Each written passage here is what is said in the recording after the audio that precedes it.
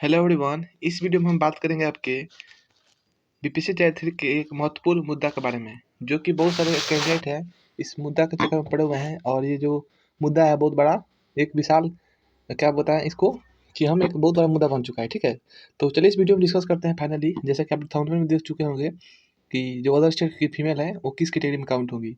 तो जैसा कि आप सभी को मालूम है कि जैसे कि टीयर 3 का एग्जाम अभी हुआ है और इसका जो रिजल्ट है अभी आना बाकी है। ठीक है, तो इस रिजल्ट में ऐसे बहुत सारे कैंडिडेट हैं जो दिग्भ्रमित हुए हैं और बहुत तरह आश्चर्य में पड़े हुए हैं।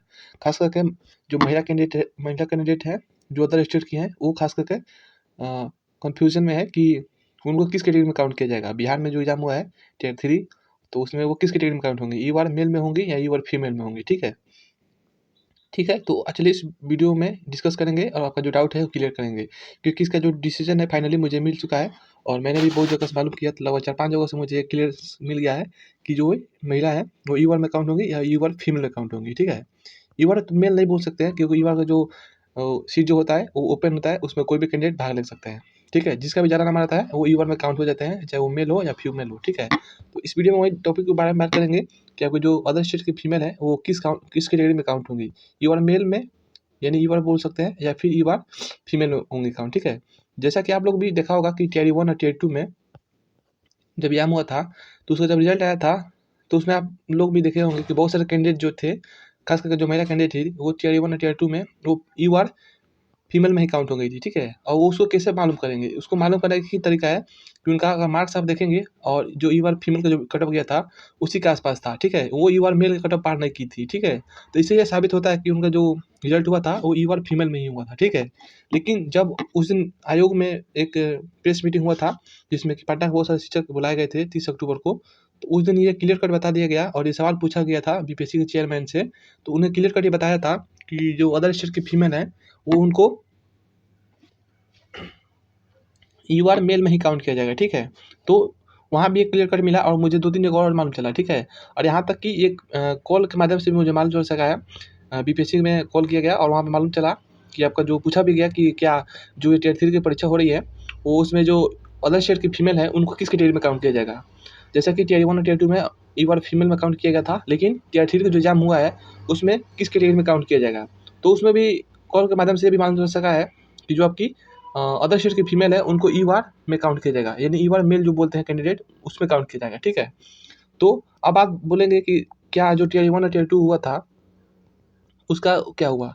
जो टीयर 1 और टीयर 2 में जो कैंडिडेट भाग लिए थे, तो अदर स्टेट जो फीमेल है वो ई वार फीमेल में ही काउंट हो गई थी, तो क्या उनको भाग किया जाएगा। तो आप लोग भी देख सकते हैं, मैं तो क्लियर कट नहीं बताऊंगा, लेकिन एक बात आपको सुझाव दे देता हूँ, उससे आप समझ सकते हैं कि जैसे कि टीयर 1 और टीयर 2 में बहुत सारे ऐसे कैंडिडेट है जो फर्जी कैंडिडेट भी देकर बाहर हुए हैं। और खास करके सीटेट में जिनका 60% से कम नंबर है। ठीक है, और खास करके अदर स्टेट वाले, तो उनको भी क्या किया जाए, धीरे धीरे बहाल किया जा रहा है। ठीक है, बाहर किया जा रहा है वैकेंसी से, और वो टीचर का जो है पद छोड़ रहे हैं। ठीक है, और उनको नोटिफिकेशन बार बार दिया जा रहा है, नोटिस बार बार दिया जा रहा है कि उनका 60% नंबर नहीं है, उस पर स्पष्टीकरण मांगा जा रहा है। हालांकि आप भी ये जानते होंगे कि नोटिफिकेशन में जो है वो आपका अदर स्टेट के फीमेल को 60% शायद नहीं दिया गया था, क्लियर कट नहीं बताया गया था, लेकिन हाल में जब ज्वाइनिंग होने के बाद इसको बताया जा रहा है कि आपका जो है 7% से कम नंबर है सीटेट में, तो इसलिए आपको बाहर किया जा रहा है।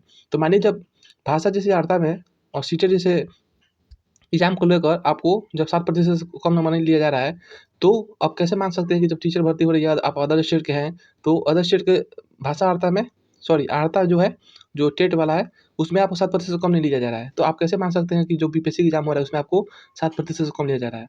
तो ये बातें बहुत सारे मंथन हुए हैं विभाग में भी और शिक्षा विभाग में और आयोग के बीच में, तो उसमें ही क्लियर कट मालूम चल सका है कि जो ज़्यादा आरक्षण ले चुके हैं उनको आरक्षण नहीं दिया जाएगा, और जो आरक्षण का मामला है वो सिर्फ बिहार के कैंडिडेट को ही दिया जाएगा। ठीक है, तो ये क्लियर कट मालूम हो चुका है, और आपका जब रिजल्ट भी आएगा टीयर 3 का, तो उसमें भी आप मिला सकेंगे आपका जो रिजल्ट है वो टीयर 3 में, उसमें अदर स्टेट की जो फीमेल है वो यू आर मेल में ही काउंट होंगी। ठीक है,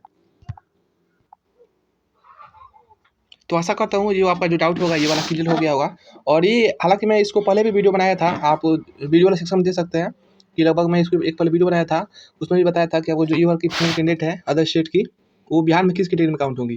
तो उस वीडियो को आप जाकर देख सकते हैं, उसमें मैं बताया था। लेकिन उसमें बहुत सारे ऐसे कैंडिडेट हैं, खास करके अदर स्टेट वाले, वो सोचते हैं कि पता नहीं मैं उनसे जल रहा हूँ क्या। देखिए, मेरे जलना या फिर आपसे खुश होने से कोई मतलब नहीं है। मैं जो बोलूँगा ऐसा नहीं है कि मैं बोल दूंगा वो हो ही जाएगा, लेकिन जो जानकारी मुझे मिलती है उसी के अनुसार मैं आपको प्रोवाइड करता हूँ। तो ये नहीं है कि मैं बिहार वालों से बोल रहा हूँ या फिर यूपी वाले या फिर अदर स्टेट वाले से बोल रहा हूँ। ठीक है, जो सच्चाई होता है उसी को मैं रखता हूँ आपके सामने, और जो मुझे इन्फॉर्मेशन मिलती है उसी को आपके साथ प्रोवाइड करता हूँ। तो ज़्यादा ये खुश होने की बात नहीं है कि अदर्स वाले मेरे से दुखी हो जाएँ और जो बिहार वाले हैं वो मुझसे खुश हो जाएँ, ठीक है? तो ऐसा कोई बात नहीं है, मैं हर एक छात्रों के पक्ष में बोलता हूँ और जो सच्चाई होता है उसी को मैं आपके पास रखता हूँ। जो सीरियस कैंडिडेट होंगे मेरे साथ पहले से जुड़े होंगे, वो समझ रहे होंगे इस बातों को। क्या कर सकते हैं? मानिए अगर आपको सरकार जो है बिहार में आपको फीमेल कैटेगरी में ना रखकर एक मेल में रख रही है, तो इससे आप क्या कर सकते हैं? आप कुछ भी नहीं कर सकते हैं।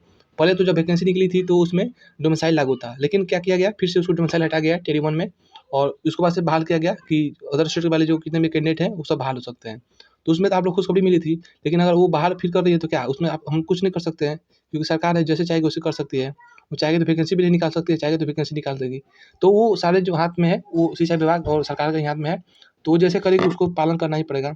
और ये मुझे जो नोटिस मिली है वो मैं 2-3 जगह से प्रोवाइड किया हूँ। 2 जगह तो एकदम ऑथेंटिक सोर्स है, और 3-4 जगह से जो मालूम किया वो अच्छे से मेरे जानकार हैं उनसे मालूम किया, तो वो लोग भी ऐसे ही बताया कि आपका जो है ई-वर्ड फीमेल की कैंडिडेट है वो मेल में ही काउंट होंगी, ठीक है?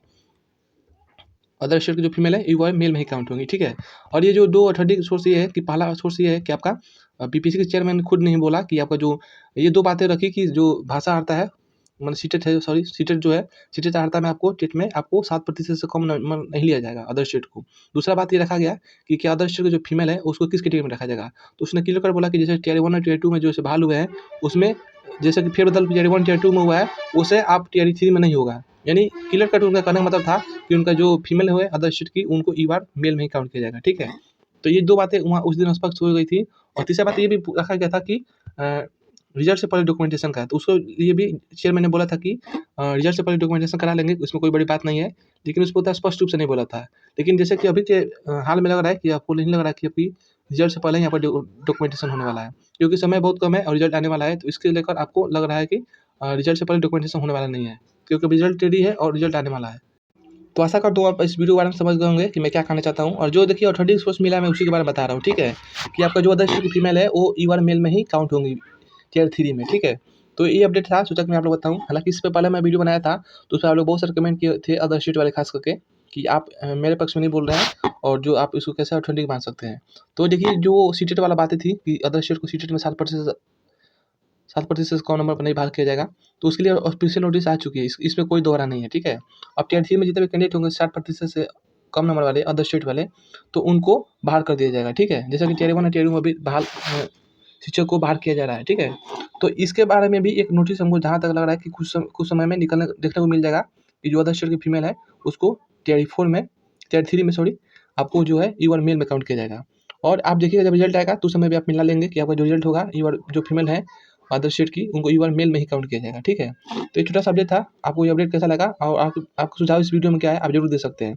देखिए जो सच्चाई है उसी को मैं आपके पास रखा हूँ, और जो मुझे सोर्स से जानकारी मिली है उसी का आंसर मैं बता रहा हूँ। हालाँकि ये सब जो डाउट है वो आपको जब टियर 3 का जब रिजल्ट आने वाला है बहुत जल्द, उसमें आपको देखने को मिल जाएगा, ठीक है? तो आप रिजल्ट का वेट कर सकते हैं, और रिजल्ट में जैसे ही जो होगा उसके बारे में मैं डिस्कस करूँगा। रिजल्ट आने के बाद कि जो ई-बार के जो कैंडिडेट हैं, खास करके अदर स्टेट की फीमेल, वो ई-बार मेल में काउंट हुई हैं या ई-बार फीमेल में, ठीक है? तो उस दिन सारा डाटा आपका क्लियर हो जाएगा। चलिए मिलते हैं नेक्स्ट वीडियो के साथ अगले वीडियो में, तब तक बहुत धन्यवाद, जय हिंद।